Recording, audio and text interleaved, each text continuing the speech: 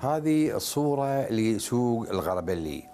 وطبعا سوق الغربلي غني عن التعريف، وسوق مشهور من أشهر الأسواق اللي موجودة في قلب مدينة الكويت، وهو من أقدم الأسواق طبعا.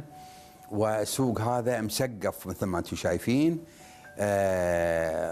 يعني مو مفتوح في الهواء الطلق، لكنها مسقف. والسقف هذا من الشينكو اللي مسكر طبعا مثل ما انتم شايفين، وفي جمالونات خشبيه. الجمالونات الخشبيه هذه محطوطه علشان تحفظ السقف هذا عشان ما يطيح، ولو انه يعني على شكل 8 علشان يكون يعني قوي، ويكون ما ينزل الامطار تنزل الى داخل السوق. وهذه كلها من الاخشاب، وفيها الاخشاب هذه فيها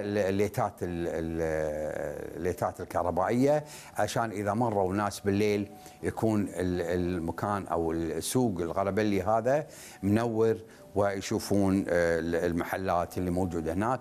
مع العلم ان كل محل منور يعني محله، هذا كل تاجر منور محله علشان الناس لما تجي تشوف البضاعه وتشتري يعني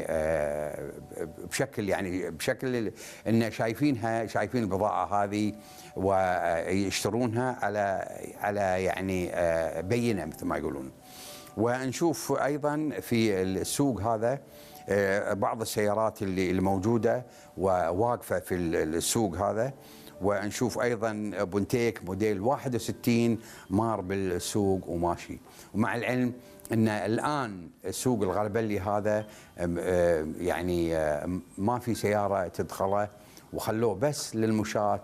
وهذه الحقيقة خطوة ممتازة من الحكومة أن تخلي الناس يمشون شوية ولا تدخل سيارات في الأسواق القديمة هذه.